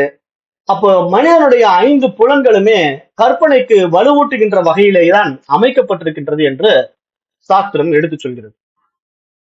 அப்ப நம்மிடம் இந்த மாதிரி பலவிதமான புலன்கள் இருந்தாலும் அதில் 3 புலன்கள் தான் முக்கிய பங்கு வகிக்கின்றது என்று சாஸ்திரம் சொல்லுது. அப்ப அந்த புலன்கள் என்னென்ன அப்படின்னு பாத்தீங்கன்னா, காட்சி புலன், உணர்வு புலன் மற்றும் கேட்கும் திறனாகிய ஒளி புலன் என்று இந்த 3 புலன்களுமே நமது வாழ்விற்கு முக்கிய ஆதாரமாக இருக்கின்றது என்று சொல்கிறது. அப்ப இந்த முப்பரிமாண காலநிலையை மனிதனது மனம் படைத்துக் கொண்ட மகத்தான அறிவின் அவசியம் என்பதாகத்தான் பார்க்கப்படுகிறது. அப்ப மனித குல ஒட்டுமொத்த வாழ்க்கை முறையே இந்த கட்டமைப்பை சார்ந்ததாகத்தான் இயங்கி வருகின்றது என்பதாக இங்கு நாம் பார்க்க முடிகிறது. அப்ப உணர்ச்சியை கொண்டு இப்ப வலி இருக்குது இல்லையா, நம்ம இடத்துல ஏற்படுகின்ற தலையில் இடித்துக் கொள்கின்றதல் உண்டாகின்ற வலி, ஒரு விஷயத்தை நம்ம அனுபவிக்கும் போது அடைகின்ற ஆனந்தம், இன்பம், அப்புறம் ஒரு சில விஷயங்களில் உண்டாகின்ற திருப்தி என நம்ம எத்தனையோ விஷயங்களை ஆராய்ந்து பார்த்தாலும் இது எல்லாமே நம்ம 3 வழிமுறைகளுக்குள் தான் பிரித்து பார்க்கின்றோம் என்று இங்க சொல்லுது. அது எந்த அடிப்படையில பிரித்து பார்க்கின்றோம் அப்படின்னா, வலி, இன்பம், திருப்தி என்ற 3 வகையில தான் நம்ம பிரிக்க முடியும் என்று சொல்லுது. அதற்கு உதவியாக எது இருக்குது மனிதனிடத்திலே அப்படின்னு பார்த்தா, அந்த நினைவக தொகுப்பின் ஆட்சிக்கு உட்பட்ட மனதினுடைய அறிவுத்தன்மை தான் என்று சாஸ்திரம் இங்கே எடுத்து சொல்ல வருகிறது. அப்ப இங்க மனம் என்பது என்ன பண்ணுதுன்னா, அனைத்தையுமே ஒரு நிகழ்வாக வடிவமைத்து பார்க்கும் தன்மை உடையதாக இருக்கிறது. மனிதன் நேரடி வாழ்க்கையை இன்னும் உண்மையிலேயே அறியவில்லை என்றுதான் சாஸ்திரமும் அறிவியலும் இங்கு நமக்கு சொல்ல வருகிறது. அப்போ இப்ப நாம என்ன பண்ணிட்டு இருக்கிறோம்? இப்ப உண்மையா நம்முடைய நேரடி வாழ்க்கையை நம்ம அறியவே இல்லை. நம்ம யாருமே நம்முடைய நேரடி வாழ்க்கைக்குள்ள போல. நம்ம கற்பனையிலேயே தான் வாழ்ந்துட்டு இருக்கிறோம். நம்ம வாழ்ற வாழ்க்கை எல்லாமே கற்பனை வாழ்க்கை. ஏன்னா இப்ப நாளைக்கு நான் என்ன செய்ய போறேங்கிறத கூட இன்னைக்கு நான் தீர்மானம் பண்ணிட்டு தான் வாழ்றேன். ஆனா அந்த தீர்மானம் கூட என்னுடைய மனதின் கற்பிதம் தானே தவிர வேறு ஒன்றும் கிடையாது என்பதுதான் இங்க உண்மை. அது எப்படி இப்ப நம்ம அனுபவத்துல பார்த்தா, நாளைக்கு நான் என்னுடைய நண்பனை சந்திக்க போகணும்னு நான் ஒரு முடிவு எடுக்கிறேன் அப்படின்னா, அந்த நண்பனை சந்திக்க வேண்டும் என்ற ஒரு மனதின் எழுச்சி தான் எனக்கு முதல்ல எழுந்திருக்குது பாத்தீங்களா? அது கூட கற்பனை தானே. மனசுதான் அதை முடிவு பண்ணுது. நான் நாளைக்கு நண்பனை சந்திக்க போகிறேன்னுட்டு. அப்ப அதற்கான வேலையை அடுத்து செய்யுது. உடனே நண்பனுக்கு ஒரு போன் அடிக்குது. நாளைக்கு நான் உன்னை பார்க்க வரலான்னு இருக்கேன், நீ இருக்கியான்னு கேக்குது. நண்பன் அதை எடுத்து ஆமா நான் இருக்கிறேன், நீ வான்னு சொல்லுது. அப்ப நாளைக்கு அந்த ப்ரோக்ராம் நமக்கு ஷெட்யூல்ல ஆட் ஆகுது. தினசரி வாழ்க்கையில அது பதிவு செய்யப்படுது. அப்ப இந்த பதிவின் அடிப்படையில் நாம நாளைய வாழ்க்கையை வாழப் போகிறோம் என்று மனசு தீர்மானித்துக் கொள்கிறது. அதே மாதிரி இந்த மனது என்ன பண்ணுகிறதுனா, இதுக்கு முன்னாடி வாழ்ந்த வாழ்க்கையை வாழ்ந்து பார்க்கிறது. நான் நேத்து அப்படி இருந்தேன், இன்னைக்கு இப்படி இருக்கிறேன். நேத்தெல்லாம் நான் அந்த அளவுக்கு சந்தோஷமா இருந்தேன், இன்னைக்கு நான் சோகமா இருக்கிறேன் அப்படின்னு ஏன் மனசு சொல்லுது? அந்த எதிர்கால வாழ்க்கையை விட்டு கடந்த கால வாழ்க்கைக்கு போயிடுது. போயிட்டு கடந்த கால கற்பனையில் வாழுது. ஆனா இந்த கடந்த கால கற்பனை, எதிர்கால சிந்தனை என்றுதான் இந்த மனசு அலைப்பாய்ந்து கொண்டே இருக்கிறதே தவிர, நிகழ்காலத்திலே இந்த வினாடியிலே இப்பொழுது நான் என்ன செய்து கொண்டிருக்கின்றேன் என்பதை எந்த மனிதனும் பெரும்பாலும் சிந்திப்பதே கிடையாது என்று இங்கு சாஸ்திரம் எடுத்து சொல்ல வருகிறது.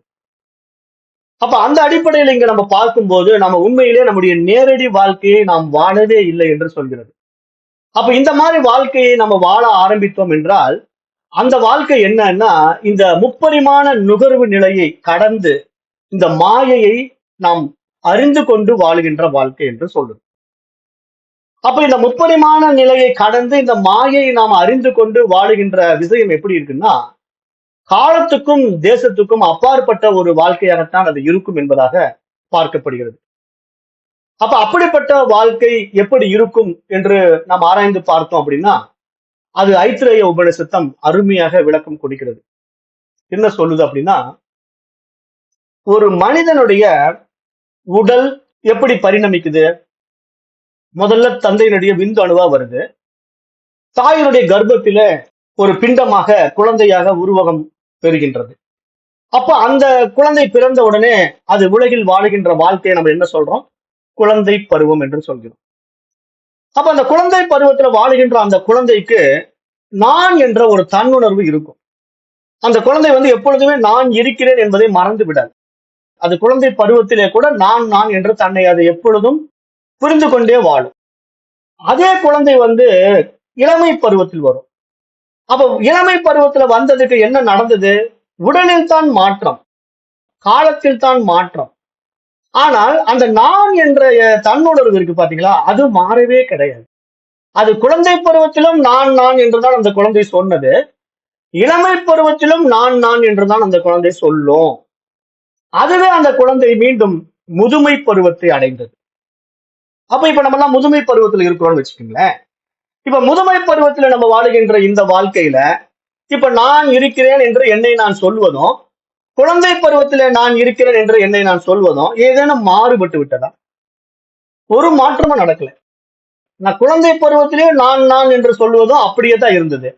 இப்ப இந்த முதுமை பருவத்திலும் நான் நான் என்று சொல்லுகின்ற என்னுடைய நான் உணர்வில் எந்த மாற்றமும் நடக்கவே இல்லை. ஆனால் மாற்றம் நடந்ததெல்லாம் என்னுடைய உடலில் தான். இதை நல்லா புரிஞ்சுக்கணும். ஏன்னா இந்த மாற்றம் உடல்ல தான் நடக்குதே தவிர நான் எனும் தன் உணர்வில் எந்த மாற்றமும் நடக்கவே இல்லை.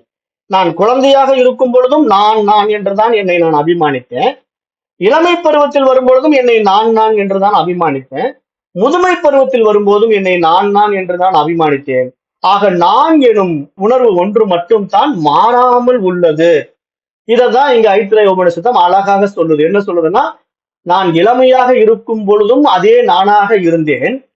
இப்போது முதுமையிலும் இந்த உடல் மற்றும் மனம்தான் மாற்றத்திற்கு உட்பட்டதே தவிர இப்போதும் அதே நானாகத்தான் இருக்கின்றேன். ஆக என்றென்றும் நான் மட்டுமே நித்தியமாக இருக்கின்றேன். ஆகவே நாம் நித்தியமானவர்கள் என்பதை தர்க்க ரீதியாக இங்கு நாம் புரிந்து கொள்ள முடியும் என்பதாகத்தான் இந்த ஐத்திரேய உபனிஷத்து நம்முடைய பிறப்பின் சாராம்சத்தை ரொம்ப அருமையாக புரிய வைக்க முயற்சி செய்திருக்கிறது. அப்ப நாம் இந்த மாதிரி புரிந்து கொள்ளும் போது இங்க உண்மையில் இந்த உலகின் அதிசயத்தை விட நம்முடைய படைப்பின் அதிசயம் தான் ரொம்ப மிஞ்சும் அதிசயமாக பார்க்கப்படுது. ஏனென்றால் இங்கு நம்ம படைப்பின் சாராம்சத்தை ஆழ்ந்து பார்க்கும்போது இங்க உடலிலும் மனதிலும் ஏற்பட்ட மாற்றங்கள் தான் இவ்வாறு நம்மை மாற்றி மாற்றி காட்டுகிறதே தவிர என்றும் மாறாத ஒன்று எப்பொழுதும் இருந்து கொண்டே இருக்கிறது. அது கால தேசத்துக்கு கட்டுப்படாததாக இருக்கின்றது. அதுவே நான் எனும் உணர்வு, அதுதான் தன் உணர்வு, அதுதான் விழிப்புணர்வு என்று சாஸ்திரம் வெட்ட வெளிச்சமாக நமக்கு இங்கு எடுத்து உபதேசிக்கிறது. அப்ப இந்த அடிப்படையில் தான் நம்ம இங்க புரிந்து கொள்ள வேண்டும். இங்க என்ன நம்ம புரிந்து கொள்ள வேண்டும்னா, இங்கு உண்மையில் நான் யார் என்று நம்மை நாம் விசாரணை செய்து பார்க்கின்ற பொழுது மாறிக்கொண்டே இருக்கின்ற இந்த உடல் நான் அல்ல, மாறிக்கொண்டே இருக்கின்ற இந்த மனம் நான் அல்ல, மாறிக்கொண்டே இருக்கின்ற இந்த உலகமும் உண்மை அல்ல. உண்மையில் இவைகள் எல்லாம் என்னுடைய மனதில் நடக்கின்ற நிகழ்வுகள். அப்ப என்னுடைய மனம்தான் இதையெல்லாம் உண்டாக்கி கொண்டு இந்த உலகத்தில் நான் வாழ்வது போல இப்பொழுது நம்ம ஆன்மவியல் பாடம் படித்துக் கொண்டிருப்பது போல பார்க்கிறது. இதே மனசும் உடலும் என்ன பண்ணுது? இரவு தூங்க போகும்போது வேறு ஒரு உலகத்தை படைத்துக் கொண்டு கனவு காணுகின்றது.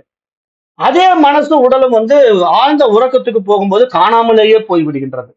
அப்ப இந்த மூன்று நிகழ்வுகளையும் நாம் ஆராய்ந்து பார்க்கும் பொழுது இந்த முப்பரிமாண நிகழ்வுகள் மனதின் கற்பனை என்பதை ஆணித்தரமாக சாஸ்திரம் எடுத்து நமக்கு புரிய வைத்து, இது மாயை, இதை உணர்ந்து கொள்ள வேண்டும், இது உணர்ந்து கொள்ளும் போது மட்டும்தான் நம்முடைய உண்மை நிலை நமக்கு உணரப்படும் என்று உறக்க சொல்லுகிறது. இது எத்தனை பேருக்கு புரியும்னு எனக்கு தெரியல. ஆனா அறிவியல் ரீதியாகவும் ஆன்மவியல் ரீதியாகவும் இந்த ரெண்டு விஷயங்களும் ஒன்றாகவே தான் பார்க்கப்படுகிறது. அறிவியல் மாயை என்று பேசாவிட்டாலும் இந்த உலகம் உண்மையில் இருப்பது போல காட்டிக் கொண்டாலும், ஆனால் அதுவும் கடைசியில் என்ன சொல்லுதுன்னா, இந்த முப்பரிமாண நிகழ்வுகள், இந்த படைப்பு எல்லாமே நம்முடைய மனதில் உண்டான கற்பிதம் தான், கற்பனை தான். 3 டைமென்ஷன்ல மனிதன் வந்ததனால இதெல்லாம் உண்மையில் இருப்பதாக அவன் புலன் அடிப்படையில் பார்க்கின்றான் என்பதை ஒப்புக்கொள்கிறது. அப்ப நம்ம இங்க பார்க்கிற அத்தனை விஷயங்களும் ஒளி ஆண்டுகள் தூரத்துல பார்த்தோம்னா, இந்த பிரபஞ்சம் என்பது உண்மையாக இருப்பது போல நம்ம எடுத்துக்கொண்டு ஆராய்ந்து பார்த்தோம்னாலும், அறிவியல் அதை அதுக்குண்டான ராக்கெட்டுகளை கண்டுபிடிச்சு ஆராய்ந்து பார்த்தாலும், அது அனுபவத்திலே உண்மையாகவே நடைமுறையில் கொண்டு வரப்பட்டதை நம்ம அனுபவத்துல பார்க்கிறோம்.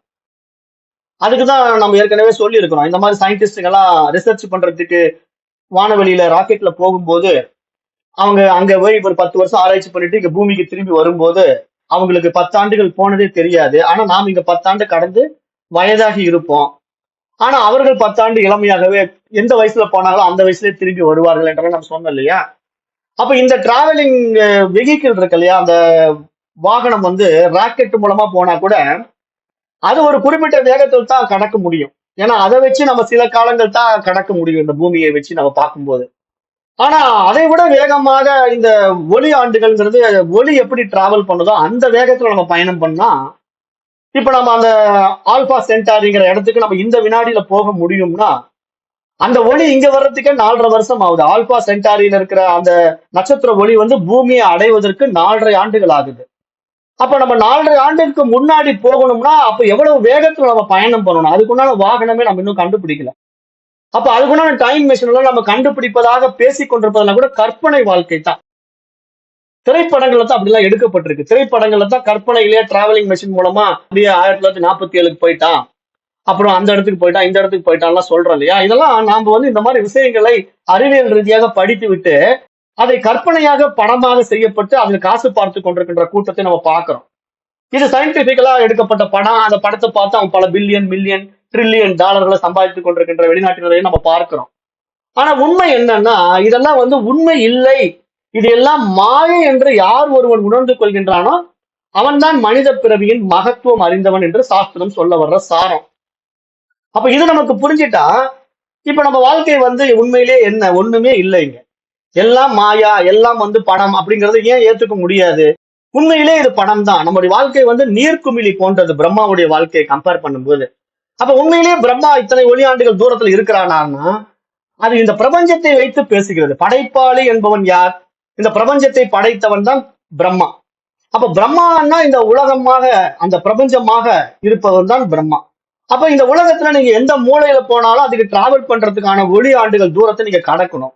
அப்ப அத்தனை ஒளியாண்டுகள் தூரத்துல போய் நீங்க நின்று பாத்தீங்கன்னா அப்ப இந்த பிரபஞ்சத்தோட ஒப்பிடு பார்க்கும்போது நாம பிரபஞ்சத்தினுடைய ஒரு துகளாக இருந்து கொண்டு இந்த பிரபஞ்சத்தையே நம்ம ஆராய்ந்து பார்ப்பது என்பது இப்படித்தான் வந்து முடியும். என்ன காரணம்னா இங்க வந்து ஒளியாண்டுகளை கடந்து நம்ம அந்த எல்லைக்கும் இந்த எல்லைக்கும் போகவே முடியாது. அப்படி போனோம்னா இந்த உலகம் வந்து நமக்கு மீண்டும் அந்த ரிவர்ஸ்ல வந்துடும். அதனாலதான் சாஸ்திரம் என்ன சொல்லுது, சத்திய யுகம், துவாபர யுகம், திரேதா யுகம், கலியுகம் எல்லாம் சொல்லுது இல்லையா? அந்த யுகங்கள் எல்லாமே மீண்டும் மீண்டும் அந்த சுற்றுக்குள்ளேயே வருது அப்படின்னு ஏன் சொல்லுதுன்னா, நம்ம மனதினால்தான் டிராவல் பண்ண முடியுமே தவிர உடல்னால டிராவல் பண்ண முடியாது. அதைத்தான் இங்க சாஸ்திரம் சொல்ல வர்ற விஷயம். ஏன்னா இப்ப நீங்க வந்து ஆல்பா சென்டாரிக்கு வந்து உடனே இப்ப நம்ம இந்த வினாடியில போயிட முடியுமானா எப்படி முடியும்? அது இன்னைக்குதான் நம்ம கண்ணில் பாக்குற ஒளி வந்து 4.5 வருஷத்துக்கு முன்னாடி கிளம்பின ஒளி. அப்ப 4.5 வருஷத்துக்கு முன்னாடி கிளம்பின ஒளி நம்ம இன்னைக்கு பார்த்துட்டு நான் இன்னைக்கே ஆல்பா சென்டாரில போய் நின்று நான் பூமியை பாக்குறேன்னா அப்படி நடந்தால் கொரோனாவை பார்க்கலாம். அப்ப இதெல்லாம் உண்மையான உண்மை. அது நமக்கு சாத்தியக்கூறு இருக்கானா இல்லை. ஏனென்றால் மனதினால் தான் இதெல்லாம் சாத்தியக்கூறாக முடியுமே தவிர உடலினால் சாத்தியம் ஆகாது. அப்ப இதை நம்ம புரிந்து கொண்டா இந்த உண்மை என்ன தெரியுமா? நித்திய வஸ்துவான பரமன் மட்டுமே சத்தியம். அப்ப அந்த பரமன் பலவாறாக பரிணமித்து தன்னுடைய லீலா வினோதத்தை இவ்வாறு இங்கு புரிந்து கொண்டிருக்கின்றான் என்பது புரிந்து விட்டால் அவனும் பரமனே என்றுதான் இந்த சாஸ்திரம் சொல்ல வர்ற சாரம். அதை புரிந்து கொள்ளுங்க. இப்ப நம்ம அடுத்தது இதே 2வது அத்தியாயத்துல இன்னும் 2 மந்திரங்கள் இருக்கு. 5, 6 அதை நாளைய வகுப்பிலே பார்க்கலாம். நன்றி. ஓம் தத்சத்.